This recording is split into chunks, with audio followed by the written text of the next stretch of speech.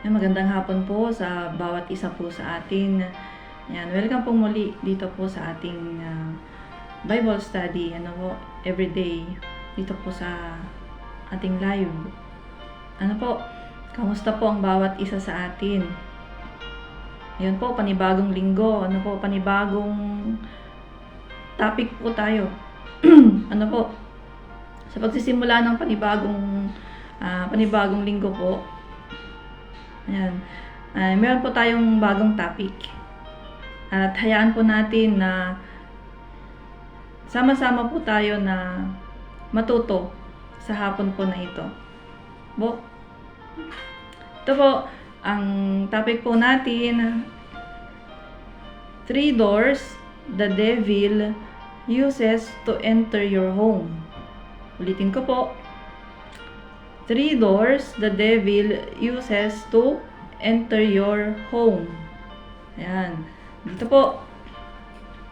So number 1, sabi niya po, the door of unforgiveness. The door of unforgiveness. Dito po sa Ephesians chapter 4 verse 26 to 27. Ayan, basahin po natin. Kung magalit man kayo, huwag kayong magkasala. At huwag niyong hayaan na lumipas ang araw na galit pa rin kayo. Huwag ninyong bigyan ng pagkakataon si Satanas. Okay po, ang sabi po dyan, number 1 po, the door of unforgiveness. Ayan, kapag sinabi bang unforgiveness, ayan, ano ba yung naiisip natin? Po, unforgiveness. Yung hindi pagpapatawad. Alam niyo po, minsan or madalas, yung unforgiveness ay isa sa mga way o paraan ng kaaway para sirain tayo at effective ito. Amen po. Hindi po minsan, madalas. Ito ang paraan ng kaaway na gamitin para sirain po ang bawat isa. Alam niyo po, pag sinabing unforgiveness, madali lang pong gawin yan eh. Madali lang gawin po yung unforgiveness. Ayan. At ulitin ko po, sabi dyan, ito yung effective way ng kaaway para sirain ang bawat isa. Ayan. Nakalagay po sa John chapter 10 verse 10, sabi niya, naparito lang ang kaaway para tayo ay sirain, manira, pumatay at mangwasak. Yun po ang kanyang trabaho. Kaya lamang siya naparito para gawin ang bagay na yun. Kaya siya naparito para pasukin ang bahay natin, ang buhay natin, para sirahin ito. At ang kaaway po, wala po siyang magandang intensyon. At ang trabaho niya ay manira. Amen po. At mangyayari yun kung papayagan natin siya. Naparito siya para tayo ay, yung buhay natin ay pakialaman niya once magkaroon siya ng access. Naalala ko po, alam nyo, nung minsan, nagkasakit po yung aso ko. Ayan. So, syempre, kapag may sakit yung aso, dadalhin mo siya sa doktor. So, dinala ko po siya. At, ang tanong po sa akin ng doktor, sabi niya, "Ma'am, may access po ba ang baby nyo sa mga gamit nyo?" Yun po ang tanong niya. May access po ba siya? Kasi doon po sa tanong niya, nagkaroon ng sense sa akin na, kapag may access siya sa mga bagay-bagay, sa mga gamit mo, maaari niyang sirain yan maaari niyang ngat-ngatin. At kung hindi natin siya pipigilan, kung hindi natin siya makikita, lahat po ng gamit natin sisirain niya. Ngayon, ang kaaway, once nagkaroon siya ng access sa buhay natin o sa bahay natin, Halimbawa na lang, alam niyo po, ang isang magnanakaw, kapag nagkaroon po siya ng access sa bahay natin, nagkaroon siya ng pagkakataon na mapasok yung bahay natin, wala siyang magandang gagawin dyan eh. Wala po siyang magandang gagawin, kundi nanakawin yung mga bagay na mahalaga sa atin. Yung mga bagay na papakinabangan niya. At wala siyang magandang intensyon. Amen po, naalala ko yung sinabi ng lolo ko na kapag daw ang magnanakaw na huli mo, na pumasok sa bahay mo, sabi niya, handayan pumatay at handayan mamatay. Amen po. Ngayon, ulitin ko po, kapag nagkaroon ng access po ang kaaway sa bahay natin, sa buhay po natin, mapapakialaman na niya tayo. Mapapakialaman ka na niya. Magagawa niya yung nais niya. Amen po. Ang unforgiveness ay kasalanan. At ang kasalanan, ang entry point ng kaaway para mapasok yung buhay natin. Maging yung ministry natin. Alam niyo po, sa isang bahay, sa isang tahanan po na walang access ang Diyos, magulo. Ulitin ko po, sa isang tahanan na hindi laganap ang salita ng Diyos, hindi welcome ang salita ng Diyos, or wala ang Diyos doon sa bahay na yun, magulo. Amen po. At sabi niya, yung kasalanan ay sabi niya, ito yung entry point ng kaaway. Para mapasok yung bahay natin, yung buhay natin, maging yung ministry po natin. At nag-aabang lang siya ng bukas na pintuan. Nag-aabang siya ng pagkakataon para makapasok siya. Amen po, at ang kasalanan ay mabango sa kaaway.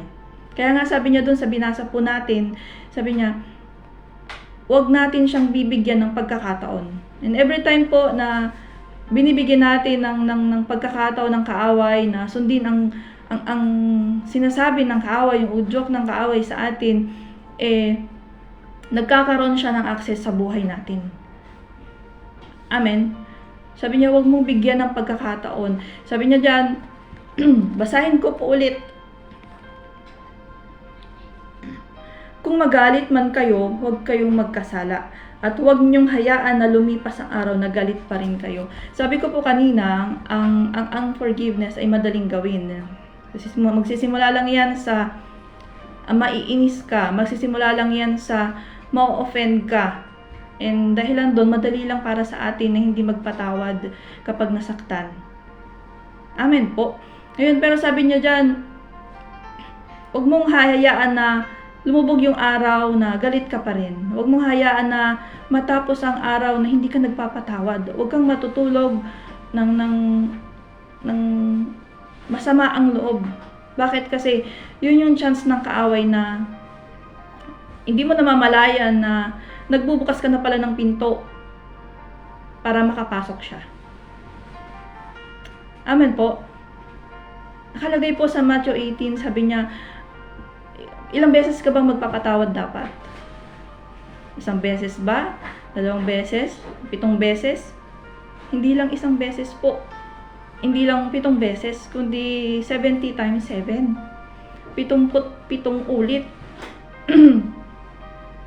Ibig sabihin, paulit-ulit mong patatawarin yung mga taong nagkamali sa'yo. Amen po. Ayan, kung may katabi po tayo, pakitignan po yung katabi natin.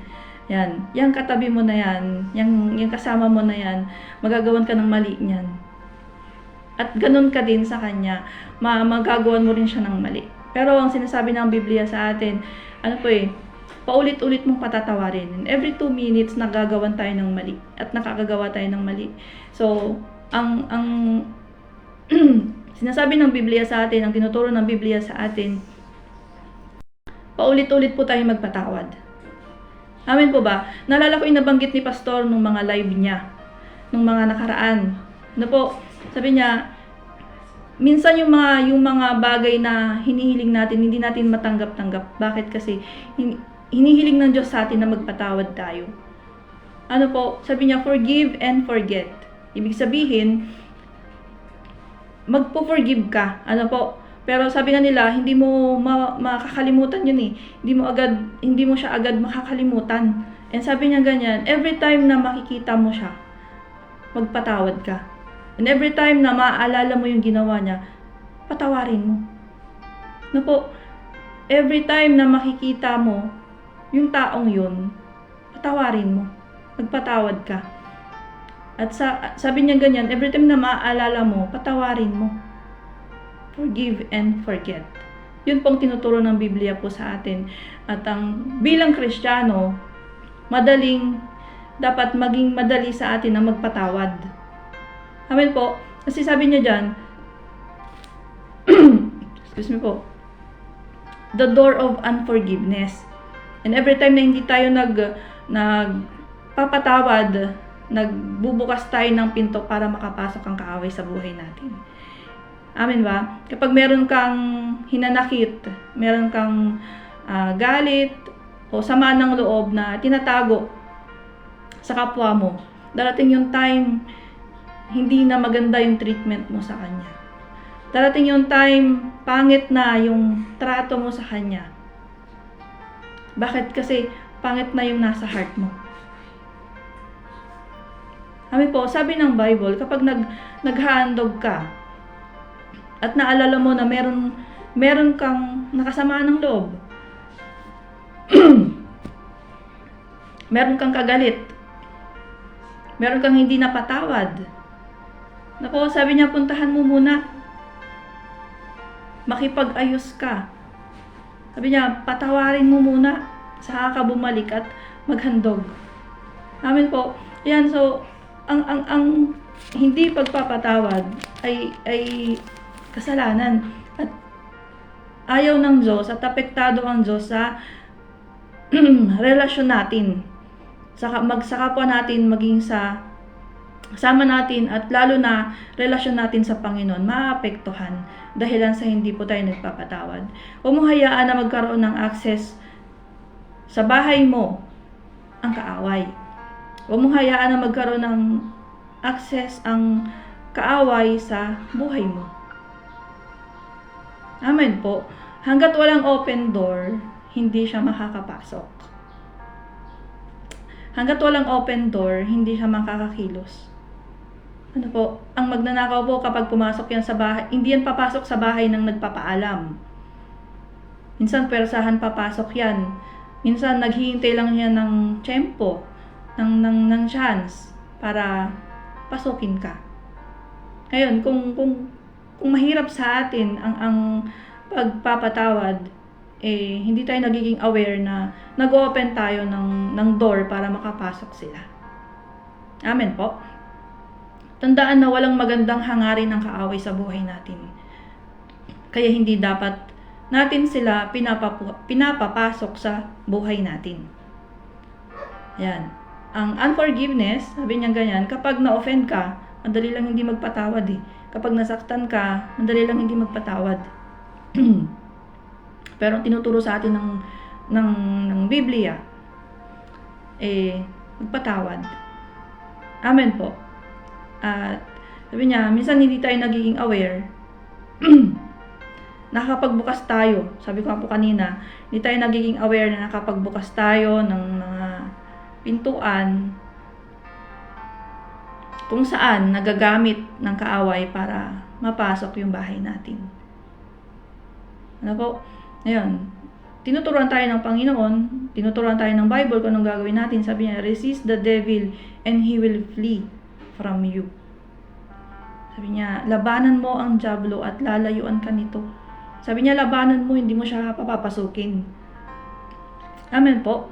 Yan. Sabi niya, kapag totoo na tayo ay nagpapatawad, dapat sa ating mga Kristiyano, madaling magpatawad. At ang umiral sa atin ay ang love. Amen po. Kasi bakit? Ang sabi ng Bible, love is kind. Kahit na sila ang mali at ikaw ang tama. Kung may pagmamahal ka sa puso mo, ang pagkakamali nila ay hindi magbibigay sa iyo ng karapatang maging masama o unkind sa kanila. Ulitin ko po, kung may pagmamahal ka, ang pagkakamali nila ay hindi magbibigay sa iyo ng karapatang maging masama o unkind sa kanila. Naging mabait ang Diyos sa atin, sa bawat isa sa atin, kasi mahina tayo dahilan sa kasalanan. Ngayon, tinanggap natin ng Panginoong Jesus, binago na tayo ng Panginoong Jesus, at kung talagang binago na talaga tayo, duty na natin ngayon na gawin yun. Kaya nga, bilang Kristiyano, maging madali sa atin ang magpatawad. Amen po. Ayan, so, sabi niya, 3 doors the devil uses to enter your home. Amen po. Ito po yung number 1. The door of unforgiveness. Huwag natin bubuksan ang pintuan na ito. Huwag natin hayaan na makapasok ang devil sa bahay natin. Kasi, ulitin ko, wala siyang magandang intention, kundi sirain tayo. At wasakin yung buhay natin. At kapag na-open natin ang bagay na to, kaya dapat sa atin maging madali po sa atin ang magpatawad. Amen po. Ayan, so, yun lang po yung ma-share ko sa hapon na ito, at maraming salamat po. Mag-pray po tayo. Lord, Ama, sa pangalan ni Jesus, Lord, nagpapasalamat kami sa hapon na ito. Nagpapasalamat kami, Panginoon, sa mga salita mo na tinuturo mo sa amin, at Lord, ang dalangin namin ay punuin mo ng pag-ibig yung puso namin, at maging madali sa amin, Lord, ang magpatawad sa mga tao na naka-offend sa amin, na nakasakit sa amin, Panginoon. At turuan mo kami na sundin lahat ng mga ito, Panginoon, dahil hindi namin kaya kung kami lang, Lord God. At salamat, Panginoon, sa hapon na ito na nakapakinig kami ng salita mo, O Diyos. Ingatan mo ang bawat isa sa amin. Purihin ka sa pangalan ni Jesus. Amen. Ayan, maraming salamat po sa bawat isa po sa atin. Mag-iingat po tayo. God bless po.